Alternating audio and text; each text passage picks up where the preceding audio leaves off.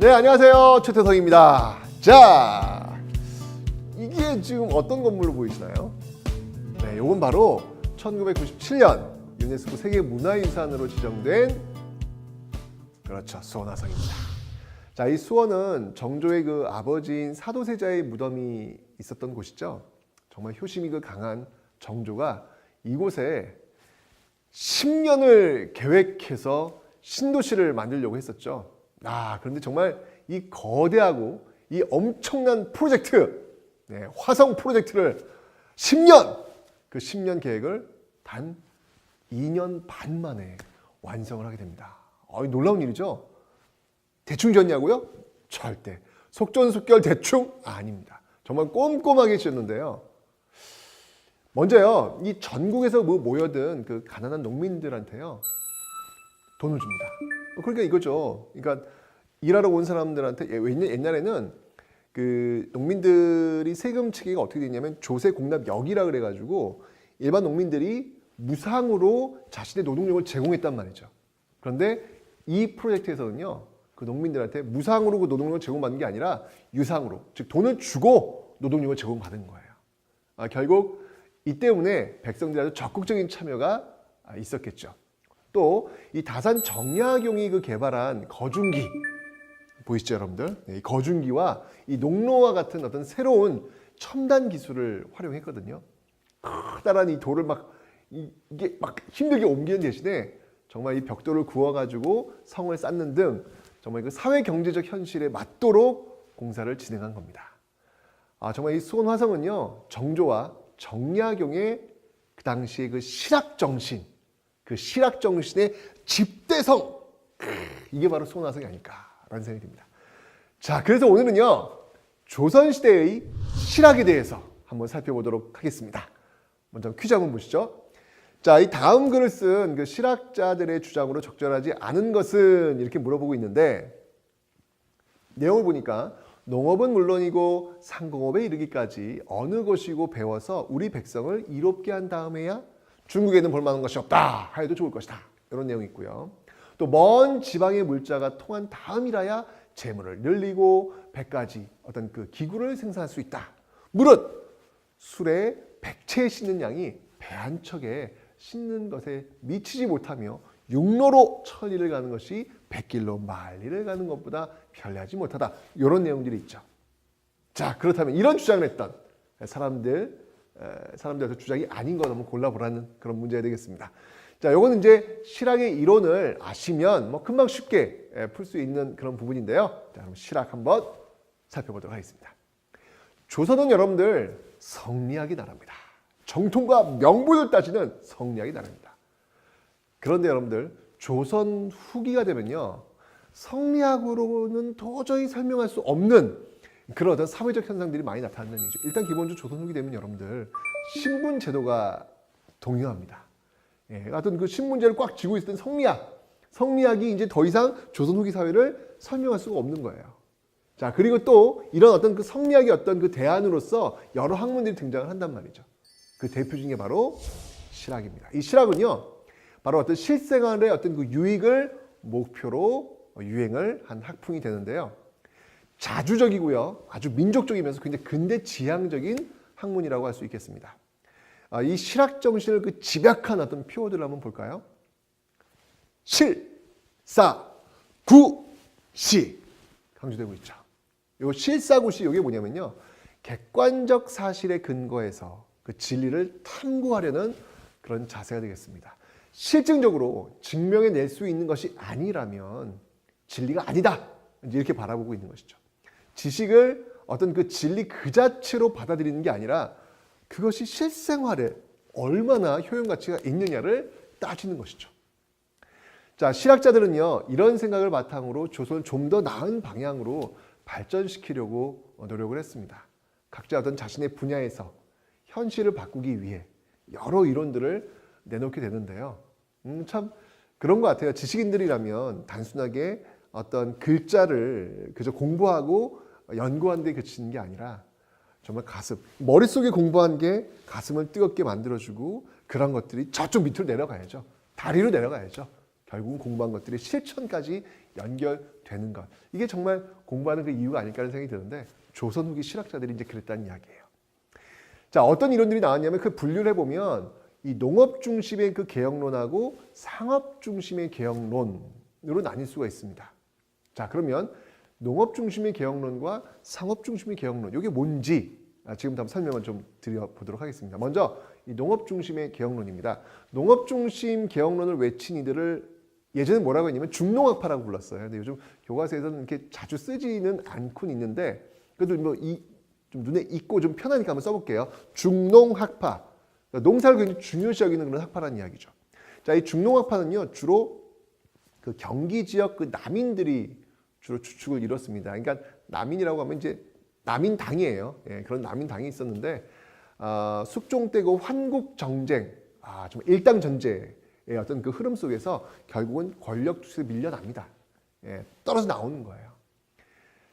자, 바로 이들이 지방으로 낙향해서 살면서 뭐가 보일까요?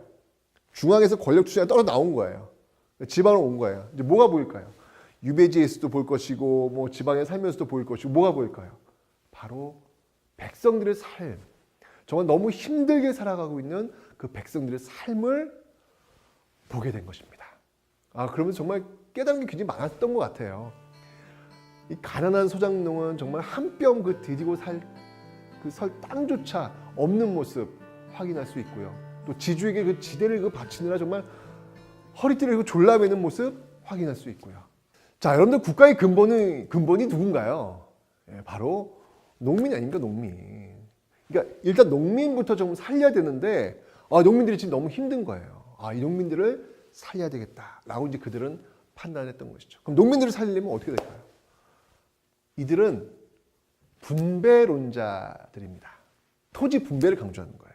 사실 여러분들 이게 지금 보면서 옛날 이야기라고 생각하지 마세요. 지금도 여러분들 이렇게 왜 그 사회학적인 어떤 그 논쟁을 보면 분배론자들이 있고 또 효율을 강조하는 그 성장주의자들이 또 있지 않습니까? 그죠?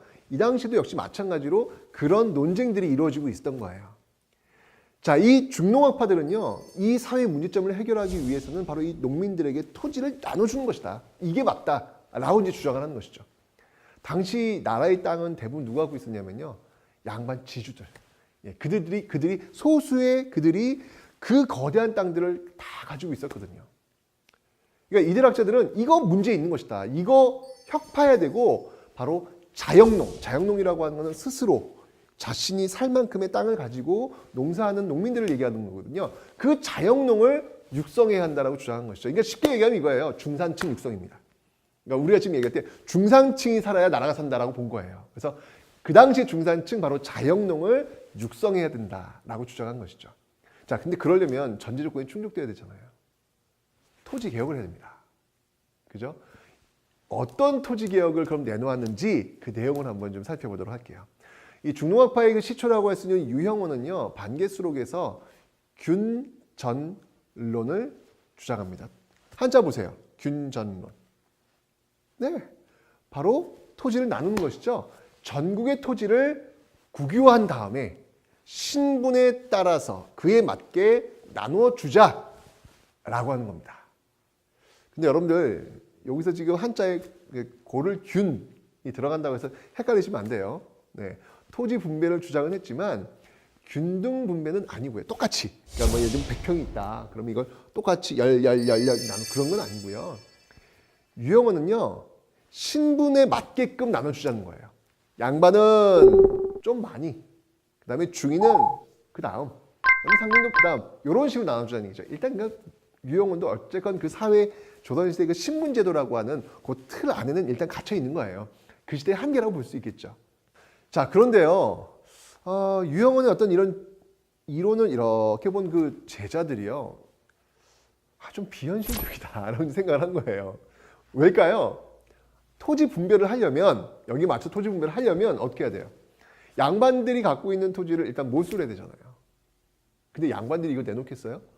그러니까 이건 혁명을 해야 되죠. 혁명을. 그죠? 그러니까 이게 실현 가능성이 이게 사실 이게 거의 0%라는 얘기예요. 그래서 조금 더 현실적인 어떤 그런 대안들을 내놓게 되는 건데, 그 사람이 누구냐면 바로 이익이라는 사람입니다. 이 이익이요. 성어사설에서 주장이 바로 한전론이에요. 유영호는 균전론이었죠. 이익은 한전론입니다. 한전론, 한자 보세요. 토지를 제한하는 그런 이론이다라는 것이죠. 이 한전론은 일단 먹고 사는데 필요한 그 최소한의 토지를 영업전으로 설정을 합니다. 영업전이라고 하는 건 뭐냐면 영원히 대를 이어 내려오는 토지라는 어떤 그런 의미가 될 거예요. 이 영업전은요, 매매 불가해요. 살 수도 없고요, 팔 수도 없어요. 그러니까 혹시라도 최악의 어떤 상황이 닥치더라도 세금 못 내니까 너 못 내니까 땅이라도 내. 이런 말 들어도 영업전만큼은 보존할 수 있다는 얘기죠. 즉 최소한의 생계는 유지시킬 수 있는 영업전을 마련했고 나머지 토지들을 갖고 매매가 가능하도록, 그러니까 점진적인 토지 개혁을 이 이익은 주장을 한 겁니다. 그러니까 앞에서 봤던 유형 같은 경우에는 그 유형의 균전론을 시행하려면 토지를 일단 몰수해가지고 나눠줘야 되는 거잖아요. 그죠? 근데 이익 같은 경우에는 그건 좀 비현실적이다. 그러니까 영업전만 일단 설정을 하고 최소한의 토지만 설정을 하고 나머지 토지들을 서서히 매매를 통해서 자연스럽게 분배가 되는 방향으로 한번 가보자 라고 이제 주장을 한 것이죠. 자, 이 중농학파 중에는요, 또 한 사람, 정약용이 있습니다. 정말 우리나라에서 정말 너무나도 유명한 모든 분야, 모든 학문 분야에 있어가지고 다 걸쳐서 저서를 만들어냈던 정말 걸어다니는 백과사전이라고 해도 과언이 아닐 정도로 대단한 그런 학자라고 지금 이야기할 수 있는데요. 경세유표, 목민심서, 너무 유명한 책들이 쏟아져 나오고 있죠. 이 정약용은요, 평소 이제 이런 생각을 했던 거예요. 이 농민들이 이렇게 궁핍하면 정말 조선 사회가 유지될 수 없다. 그래서 유교적 이상에 따라 농사짓는 사람이 토지를 소유하는 게 바람직하다라고 주장을 한 거예요. 그러니까 앞에서 제가 이야기했던 자영농 육성이 목표였던 거죠. 이 정약용 같은 경우도. 특히 이제 정약용이 이제 유배를 와가지고 농민들의 삶을 보면서 정말 이거 고쳐야 되겠다라고 하면서 개혁안을 많이 내놓거든요. 그 대표적인 게 바로 여전론이라는 겁니다. 자, 이 공동으로 토지를 소유하고요, 노동량에 따라서 그 소득을 분배하는 거예요. 일한 만큼 나눠주는 것이죠. 그러니까 토지의 사유화를 인정하지 않는 거예요. 그러니까 당시로서는 이거 정말 획기적인 그런 개혁안이라고 볼 수 있겠죠. 그런데 이거 지금 이런 거 얘기해도 이거 굉장히 말도 안 되는 거라고 얘기를 할 텐데 조선시대 오죽했겠어요? 이것도 현실적으로 좀 불가능합니다. 그래서 그에 대한 차선책으로 또 내놓은 이론이 뭐였냐면 정전제라는 걸 주장해요. 정전제. 정전제는 뭐냐면 한자로 이 한자가 뭔가요? 우물정자죠. 근데 똑같아요. 이 우물정자 토지를요, 이렇게 우물정자처럼 9등분으로 구획을 나눈 다음에 그 다음에 이제 가운데 빼놓고 나머지 그 가장자리 8 토지 있잖아요. 이걸 8 농민이 나눠주는 거예요. 그리고 그 가운데 부분은 공동으로 경작을 하는 것이죠. 그리고 요 공동으로 경작한 이 땅에서 나온 그 생산물 있잖아요. 요걸 갖고 세금을 내자라고 주장하는 정전제를 또 주장하기도 됩니다. 자, 어쨌건 우리가 지금 중농학파에 주장했던 균전론, 여전론, 그다음에 한전론, 그다음에 정전제 주장을 했는데요. 정책에 반영되지는 않습니다. 왜일까요? 이들은 그 사회의 비주류였기 때문에. 왜냐하면 유배 가서 농민들의 삶을 보면서 이런 어떤 그런 세력들이기 때문에 정책으로 끌고 들어오기에는 그 동력이 크지 않았다는 것이죠. 그런 것들은 이제 한계라고 볼 수 있겠습니다. 자, 그럼 이제 중상학파는 어떤 주장을 했을까요? 중상학파도 역시 토지에 신경 씁니다. 다만 중농학파가 분배론자들이라고 제가 설명드렸잖아요. 토지 분배를 주장했다고 했잖아요. 이들은 분배가 아니라 토지의 생산력을 향상하는 데 초점을 맞춥니다. 그러니까 나라가 부강해지려면 상업이 발달해야 되고, 그러려면 돈이나 다름없는 쌀을 더 많이 생산하는 데 총력을 기울여야 한다. 그러니까 생산력을 증가시켜가지고 남는 것들을 가지고 교환을 통해서 상업이 발달하도록 만들자라는 차원의 토지를 바라본 것이죠. 좀 다르죠, 여러분들? 예. 그러니까 이런 거예요. 생산량이 증가되면 파이가 커질 것이고, 그 커진 파이에서 가져가면 이득이 되지 않겠느냐 이렇게 주장한 거죠. 그러니까 여러분 지금의 어떤 그 첨예하게 그 뭐 분배론자 성장주의자들과의 어떤 그런 이론들의 어떤 그 논쟁들이 이 시대에도 있었다는 이야기죠. 자, 뿐만 아니라 이 중상학파들은요, 이 청나라의 어떤 발달된 문물을 수용하자라고 주장을 합니다. 그래서 이들을 북학파, 북이 이제 청나라거든요. 청나라의 어떤 학문을 받아들이자라는 북학파라고도 부릅니다. 그럼 어떤 개혁자들이 있을까요? 먼저 유수원이라는 인물인데요. 유수원은 우서를 써가지고요, 중상학파의 어떤 기본 이론이 되는 그 개념들을 탁탁탁탁 정리해 나갑니다. 먼저 그 산업공상의 그 직업 평등을 주장합니다. 그러니까 양반 중인 상민 뭐 이렇게 신분들이 있잖아요. 그들이 어떤 갖고 있는 직업들이 있는데 그 직업의 평등을 주장하는 것이죠. 또 이 농업과 상업에 아주 전문적인 경영을 도입하자라고 주장을 합니다. 그러니까 전문 경영인들을 막 떠올리는 거예요, 지금요. 여러분들 요즘 전문 경영인들이 누구예요? CEO들이잖아요, CEO. 그런 어떤 개념들이 지금 나오기 시작하는 것이죠. 농부와 상인이 또 무시당하지 않고 정말 전문가로 인정받을 수 있도록 하자. 뭐 이런 방향성에서 이런 이야기를 한 겁니다. 그 다음에 홍대영 한번 볼까요? 홍대영은요, 임학윤이라는 저서에서요, 문벌제도의 어떤 폐단이 없어져야 조선사회 발전할 수 있다라고 주장을 합니다. 그러니까 사회를 굉장히 비판적으로 바라보면서 그 사회의 어떤 기득권 세력이라고 할 수 있는 양반들, 그 양반들의 기득권을 내려놓아야만 이 조선사회가 좀 더 건강해지겠다. 이제 이런 주장을 한 것이죠. 그러니까 우리가 지금 시간을 좀 쭉 뒤로 와가지고 그들의 주장을 보니까 굉장히 현실적인 어떤 주장들이라는 얘기죠. 그 당시에는 높은 벽 때문에 뛰어넘을 수 없는 어떤 그런 한계일 수 있는지 모르겠지만 지금 보니까 그 시대를 바라보고 있는 대안으로서 남아있다. 이런 걸 볼 수 있다는 얘기죠. 그 다음에 여러분들 또 유명한 사람이 있죠. 하여튼 뭐 이 중상학파 하면 이 사람을 빼놓을 수가 없죠. 열하일기로 유명한 박지원. 열하일기는 뭐냐면요, 이 청나라 그 건융제의 그 생일을 맞아 그 사절단에 뛰어가지고 박지원이 중국에 다녀온, 열하까지 간 거예요. 열하까지, 이게 북경을 거쳐 열하까지 가거든요. 그 열하까지 갔다 온, 그러면서 보고 듣고 느낀 것들을 적어놓은 여행문, 기행문이 되는 겁니다. 이 박지원이요, 쭉 가면서 여기저기 다니면서 보니까 이 사대부들이 말이죠, 이 오랑캐 라며 그 상종하지 않았던 그 청나라 있잖아요. 그 청나라가 정말 엄청나게 융성이 있는 거예요. 뭐야, 오랑캐들이라고 정말 이 짐승의 나라라고 정말 이렇게 하대했던 그런 나라가 이렇게 잘 산단 말이야? 배워야 되겠다. 그래서 이 조선과 청나라를 조목조목 비교하면서요, 여러 가지 그 개혁안을 내놓게 되는 겁니다. 그 대표적인 게 뭐냐면요, 박지원이 우선 수레와 선박을 발전시켜야 한다고 이야기합니다. 사실 당시에는 그 육로가 이 제대로 깔려 있지 않았거든요. 그러니까 도로를 닦고 그 도로를 통해서 이 수레, 바퀴를 내달리게 하자라는 걸 주장하는 것이죠. 오늘날로 치자면 이제 고속도로 내가지고 자동차 만들자라고 주장하는 거예요.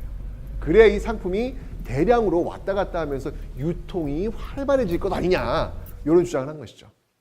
선박을 발전시키자는 말도 역시 마찬가지 맥락이 되는 겁니다. 그런 거 보면 박지원의 이 주장을 보면요, 야, 선견지명이다. 우리나라 지금 여러분들 이거 수출에서 굉장히 큰 파일 차지한 게 뭐예요? 자동차 산업과 조선업 아닙니까? 그죠? 박지원이 이미 선박과 수레를 발전시켜야 된다라고 지금 먼 미래를 내다보면서 지금 보여주고 있는 거예요. 아, 대단하신 분이에요. 우리 시대에도 이런 분이 필요한데, 100년 뒤, 200년 뒤 우리의 먹거리를 찾아야 되는데, 여러분들이 한번 해주시죠. 박지원의 그 영감을 받고 말이죠. 자, 이 박지원은 또 화폐를 또 쓰자고 주장합니다. 아니, 돈이 돌고 돌아야, 아니 그 무거운 쌀 들고 다니면서 교환하기 어렵잖아요. 가볍게 돈이 돌고 돌아야 상업이 발달한다라고 본 것이죠. 그러니까 가벼운 그 돈 한 장 탁 주고받는 어떤 그 상행이 이런 거 만들어야 된다라고 주장한 겁니다. 자, 박지원이 있다면 이 사람 또 잊으시면 안 되죠. 중상학파의 박제가. 어찌 본다면 이 중상학파에서 박지원, 박제가 가장 유명한 그런 사람들이 아닐까라는 생각이 드는데요. 이 박제가는요, 북학의, 아까 제가 북학파라고 설명드렸잖아요. 그죠? 이 북학의를 써가지고 청나라의 그 학문을 보고 배우자라고 독려하게 되는데요. 이 박지원과 마찬가지로요, 이 수레와 선박을 굉장히 중시하고 있습니다. 그런데 여기서 끝나는 게 아니고요. 이 박제가 정말 어떻게 이 당시 이런 생각을 했지? 어떤 걸 주장하냐면 바로 소비를 강조합니다. 네, 소비를 강조합니다. 이게 굉장히 중요한 박쥐가 이거 키워드예요. 그러니까 뭐냐면 박쥐가는 너무 지나치게 절약하는 거 문제 있다고 본 거예요. 적당한 소비 해야 된다고 보는 겁니다. 이러면 또 홈쇼핑 또 누르실 거죠, 여러분들? 그래, 적당한 소비를 위해서 나도 하는 거야. 그러니까 박쥐가 뭘 생각했냐면 예를 들면 이런 거예요. 주전자가 있어요. 주전자가 있는데 주전자가 완전히 찌그러질 때까지 그냥 구멍이 날 때까지 쓰다 보면 이거 만드는 사람 먹고 살 수 있겠냐. 적당히 쭈그러졌으면 그때는 바꿔라. 이제 이렇게 이야기를 하는 것이죠. 이러면서 이제 박쥐가는 소비는 그 사회를 건강하게 만들기 위해 정말 필요한 것들이다.